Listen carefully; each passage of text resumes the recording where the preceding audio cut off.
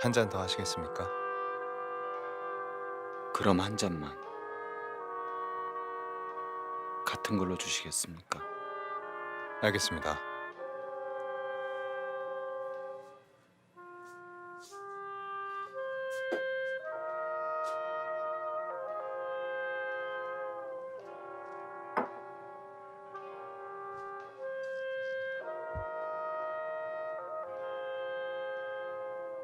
혹시 작가님이십니까?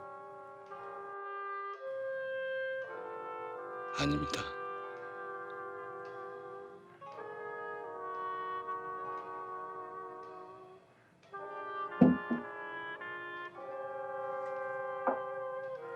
그럼 대학교 교수님이십니까? 아니요. 전 그렇게 지적인 사람이 아닙니다. 퇴임을 앞둔 하찮은 중소기업 사장입니다. 아, 그렇군요.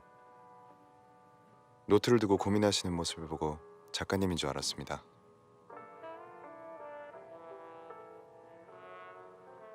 혹시 제가 방해가 됐습니까? 네. 아닙니다. 어차피 쓸 수도 없었습니다. 잠시 피고 오겠습니다. 여기서 피우셔도 됩니다. 여기는 금연이 아닙니까? 맞습니다. 하지만 손님도 없지 않습니까?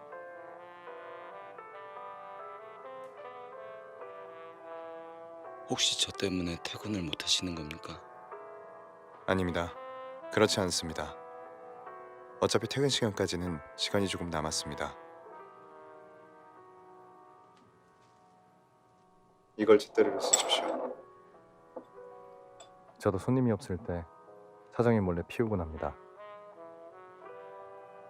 그럼 한 대만 피우겠습니다. 네. 대신 저도 한 대 피우겠습니다. 괜찮습니까? 네, 물론입니다.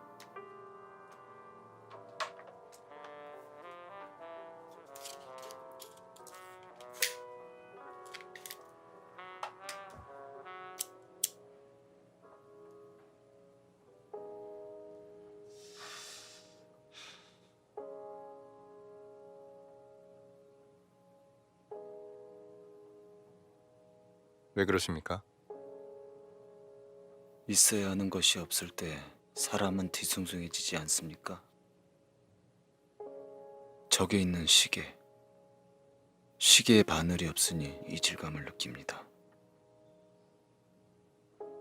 시계는 바늘이 있어야 하는데 있어야 하는 것이 없다.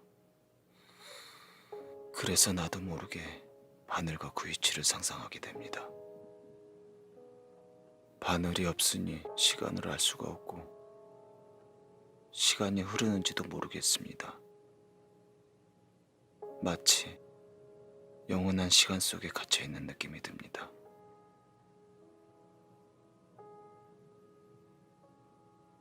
이 시계는 바늘은 없지만 정확한 시간에 알람이 울리도록 설정되어 있습니다.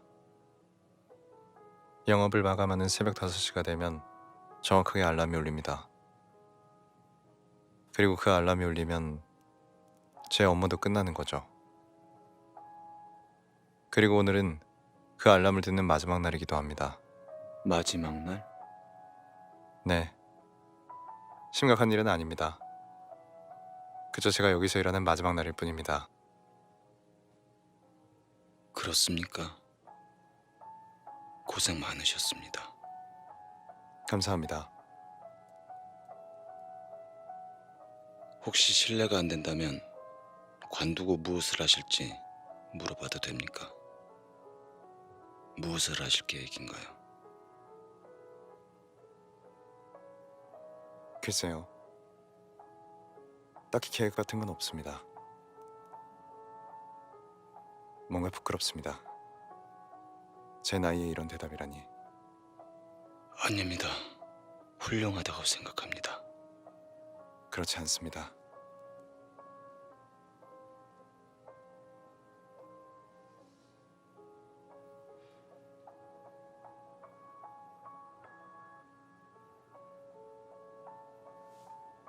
어떤 고민이 있습니까?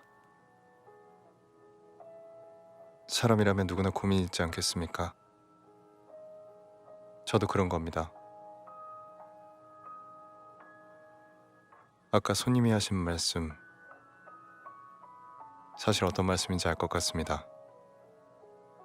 이해가 될 것 같습니다. 아까 했던 얘기 말입니까? 네. 바늘이 없는 시계. 저 시계를 두고 하신 말씀 말입니다.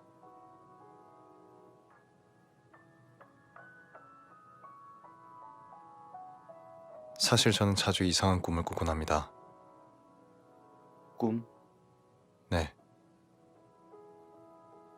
얼굴에서 갑자기 코가 사라지는 광경을 거울을 통해 제가 바라보고 있는 이상한 꿈입니다.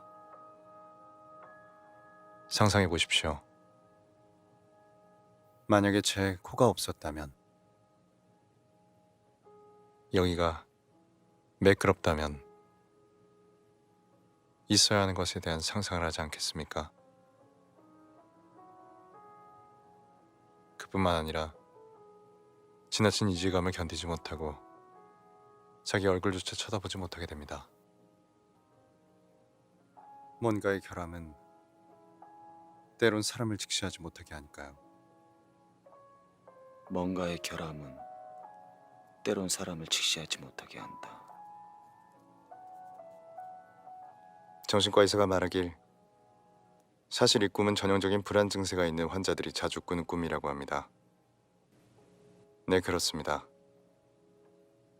그렇게 보이지 않았을 수도 있지만 저는 우울증을 앓고 있습니다.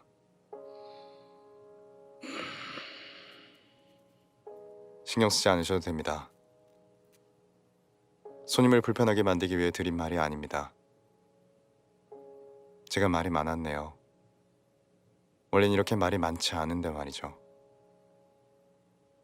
아마 오늘이 제가 여기서 근무하는 마지막 날이어서 그런 것 같습니다. 여기에 뭔가를 남겨두고 싶은 마음과 제가 갖고 있던 생각들을 떨쳐내고 여기 두고 가고 싶어서 이렇게 말이 많았던 것 같습니다. 죄송합니다. 아닙니다. 괜찮으시다면 이야기를 더 해주실 수 있습니까?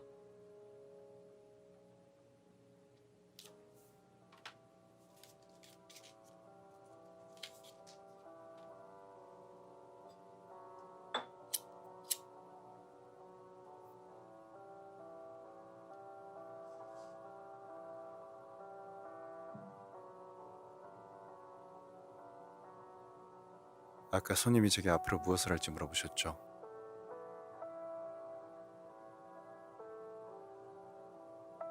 저는 일단 한국을 떠날까 합니다. 이곳엔 있고 싶지 않거든요. 어디로 가실 계획이십니까?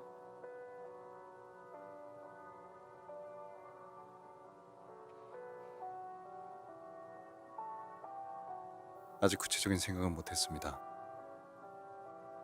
그동안 모은 돈으로 몇 달 동안 운이 좋으면 1년 정도 아무도 모르는 해외에 나가 살아볼까 합니다. 이곳엔 있고 싶지 않거든요. 이곳에 있고 싶지 않다는 건 어떤 말씀이십니까? 자꾸 생각이 납니다. 제 친구의 일이. 절친했던 친구였습니다. 그 친구는 저 때문에 죽었죠. 아니, 엄밀히 말하면 음주운전 차량에 치여서 사고를 당한 거니까 가해자가 죽였다고도 할 수 있겠죠. 그렇지만 그렇게 생각해도 제가 가진 죄책감을 덜어내지 못합니다.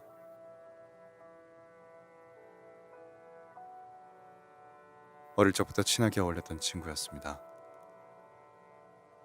유치원, 초등학교, 중학교, 고등학교, 대학교까지 같이 진학한 사이였습니다. 대학에선 저흰 다른 과였지만 그래도 친하게 지냈습니다. 둘도 없는 친구란 말이 있지 않습니까? 그게 저한테는 그 친구를 지칭하는 말이었습니다. 정말 소중한 친구였나 봅니다.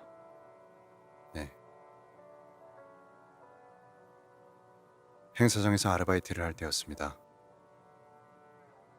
브랜드 회사에서 행사를 진행하면 가서 정리를 하거나 대기인원의 입장을 돕는 그런 흔한 아르바이트를 말입니다.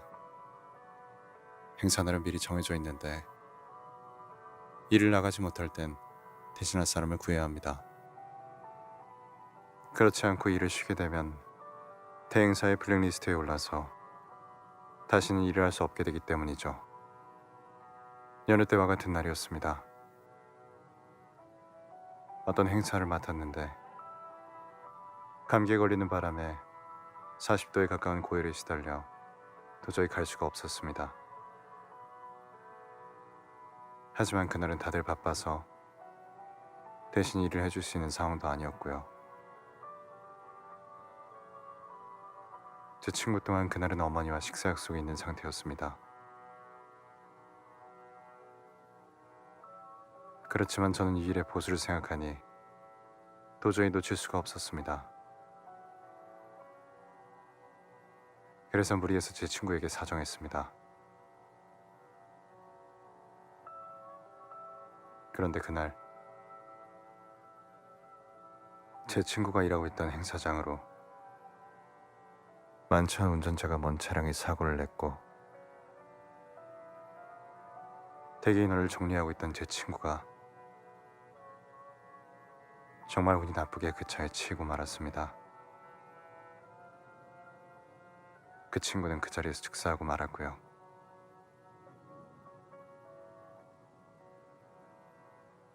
물론 제 친구를 죽인 건 음주운전을 한 그놈이겠지만 그 친구가 그곳에 있었던 이유는 저 때문입니다.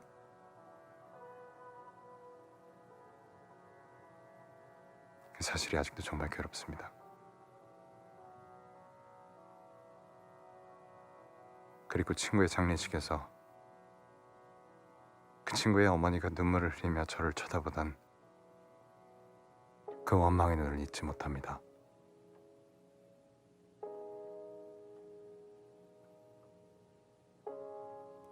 정말 사람의 일이란 한 치 앞도 내다볼 수 없는 것 같습니다. 오늘 아침까지만 해도 손님과 이런 대화를 나눌 거라고는 상상조차 못했습니다. 저희 가게 단골이시지 않습니까? 매주 오실 때마다 이야기를 나눠보고 싶었지만 굉장히 어려웠습니다. 제 분위기가 그렇습니까? 네. 이곳을 자주 찾아주시던데 저희 가게가 마음에 드셨나 봅니다. 혹시 한 대 더 펴도 되겠습니까? 물론입니다. 술도 더 드릴까요? 제가 서비스로 드리겠습니다. 감사합니다. 담배도 피우게 해주시고 술도 공짜로 주시고. 오늘 그만두신다니 아쉽습니다. 그럼 제 다음에 오는 직원에게 손님은 특별히 신경 써달라고 이야기해두겠습니다. 아닙니다. 농담입니다. 사실 저도 이제 이곳에 오는 것이 오늘이 마지막이 될 것 같습니다.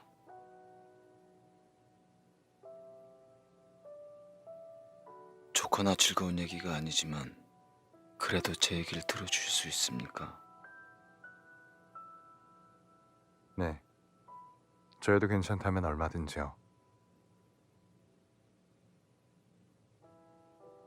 아들놈이 여기 단골이었습니다. 그렇습니까? 어떤 분인지 여쭤봐도 되겠습니까? 혹시 여기서 얼마나 일하셨나요?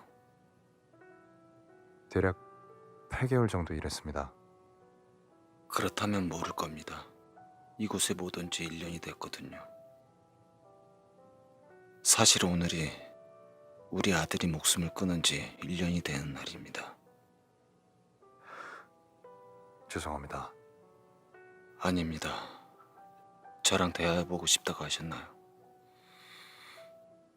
저도 이렇게 말을 걸어주시니 얼마나 감사한 줄 모릅니다. 제 마음속 이야기를 누군가에게 털어놓고 싶어서 미쳐버릴 것만 같았었거든요. 하지만 자랑거리도 아닌 이 이야기를 차마 주변 사람들에게 털어놓을 수는 없었습니다.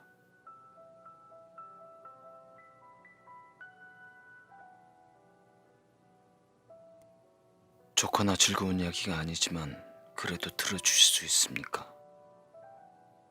네, 저여도 괜찮다면 얼마든지요.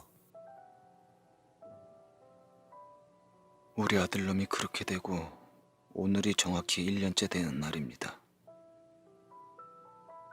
그런 어리석은 짓을 해놓고 저한테 남긴 유서는 없었습니다.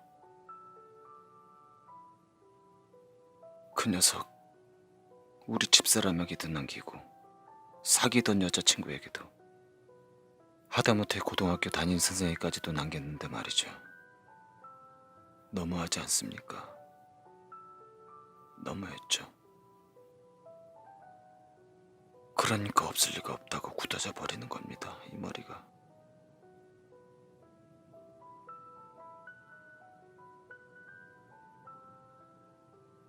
그놈을 발견했을 때, 경찰이 그놈의 몸을 끌어내릴 때, 혹여 주머니에서 떨어진 건 아닌지, 아직 뒷산 나무 밑 어딘가에 떨어진 건 아닌지 저도 모르게 찾으러 갔습니다. 한두 번도 아니고 몇 번씩이나요. 아들이 발견된 위치부터 꽤 먼 곳까지 찾으러 갔습니다. 이제는 그림도 그릴 수 있을 것 같군요. 그 풍경을.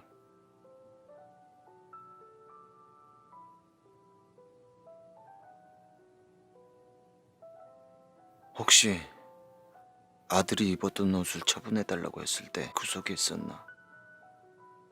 없을 리가 없는데 그럴 리가 없다고 스스로 되새기면서 이 말을 지팡이 삼아 살아왔습니다.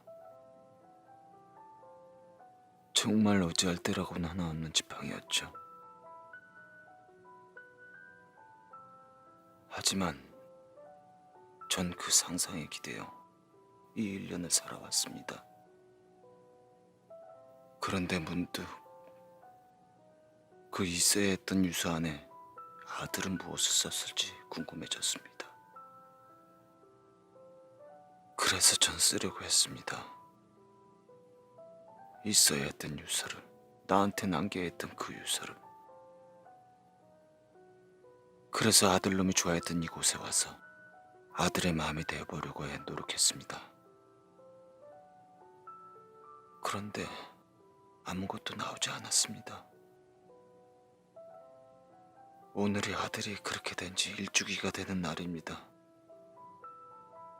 만약 오늘도 쓰지 못하면 제가 유서를 쓰는 일을 포기하려고 했습니다.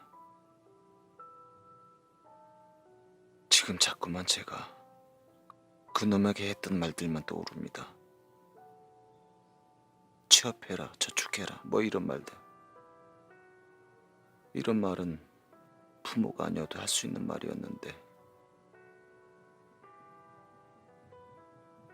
백지입니다. 아들이 무엇을 말할지 도무지 생각이 나지 않습니다. 그놈의 마음을 도무지 모르겠습니다.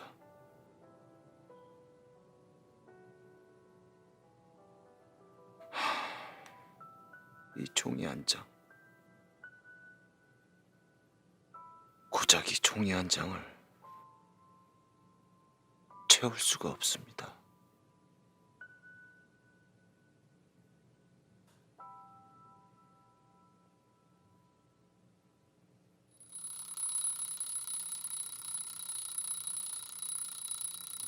울리긴 울리네요.